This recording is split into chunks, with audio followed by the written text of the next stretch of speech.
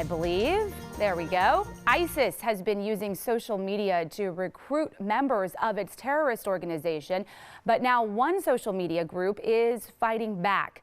Twitter suspended 125,000 accounts over the last 7 months for promoting terrorist acts. Donald Trump has called for a shutdown of the internet in certain areas to stop the spread of terror. He recommended the U.S. government hold a discussion with Bill Gates to shut off parts of the internet. The controversy is, what's the line between safety and privacy when it comes to using the internet? That's our topic this half hour. We want to hear from you on our Fox 26 Facebook page. You can post your comments on our wall there. You can also weigh in on Twitter. Be sure to use the hashtag Fox26forlife. Joining us live in our newsroom is our panel, led by our senior legal analyst, Chris Tritico, our news analyst, Mustafa Tamiz, and public policy analyst, Jackie Bally. Good morning, everyone. Good morning. All right, so no secret that ISIS has been going on social media, specifically Twitter, to recruit young people. What do you think of this move? Yeah, this idea of these terrorist groups using social media has been growing for a very long time. Al-Qaeda started it, and it's been ISIS has perfected it and used it very well. The president said last year that he would reach out to executives in the Silicon Valley about the issue and try to get the executives, social media executives, to start cracking down on it. Twitter is the first one that's publicly announced what they have done in closing 125,000 accounts. But what they said, which was interesting, and now it's gone, unfortunately, is that we recognize that identifying terrorist content that violates terms of service is far more difficult than identifying images of child pornography, but there's a way for us to use technology to quickly identify terrorist content and take it down. The problem, Mustafa Tamiz, becomes, where is that line between the First Amendment protecting me from saying what I feel and that being a terrorist content? Well, in this, there's a lot more understanding that we have now that we didn't have several years ago. And we've been working towards it. Several months ago, we saw senior administration members go to Silicon Valley and have these meetings, and it was very public that they were talking about this. And this is the right direction. The terrorist network use internet like sexual predators.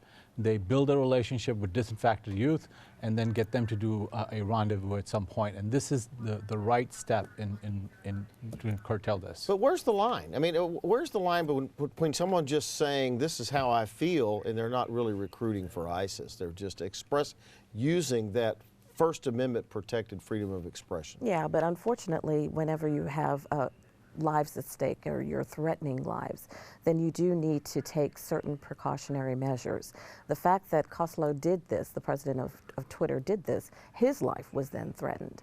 ISIS has recruited 31,000 people this past year, and that's double what they recruited the year before.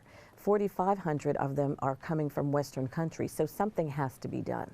Well, how do we protect the freedom, the people's right to freedom of expression? Well, I don't think that they're trying to go with people's right, but they're looking at one particular network of terrorists. They know where it's originating from.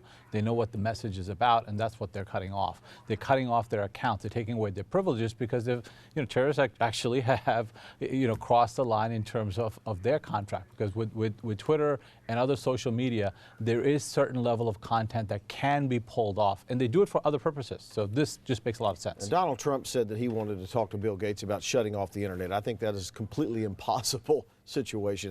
You can't just say turn the switch and turn off the internet in Iraq. No, but what you can do is what the Twitter organization is doing. They're working with Facebook, Google, and other social media sites, and they've also hired extra staff to monitor, because there's no magic algorithm to try to figure out who will threaten us and who will not. And so they're being much more proactive in trying to find these people. Let me go to Sally. She's monitoring our social media. Hey, we appreciate all the viewers up early with us today. Let's check in on Twitter. We're going to check in with Carmen. Carmen says, wonderful news. Twitter is suspending ISIS-related accounts. Great news. It is about time. And then this person says, glad Twitter finally was convinced to start flagging terror-related accounts. ISIS only ran rampant on here for well over a year. You think it's just taken too long to do this? I don't. I don't think it's fair to attack Twitter for trying to figure figure out the best way to approach this situation. I mean, a year, while it seems like, you know, maybe they could have done something sooner, that's not that long a time. Well, I mean, administration get a lot of credit for this because it's not easy to get companies to restrict some type of media. They've been working at it. They had very high-level meetings several months ago that led to something like this. And I think it's somewhat, it reveals Donald Trump's lack of understanding of things like this. To call Bill Gates to turn off a switch, Bill Gates, even if he wanted to, couldn't turn off a switch.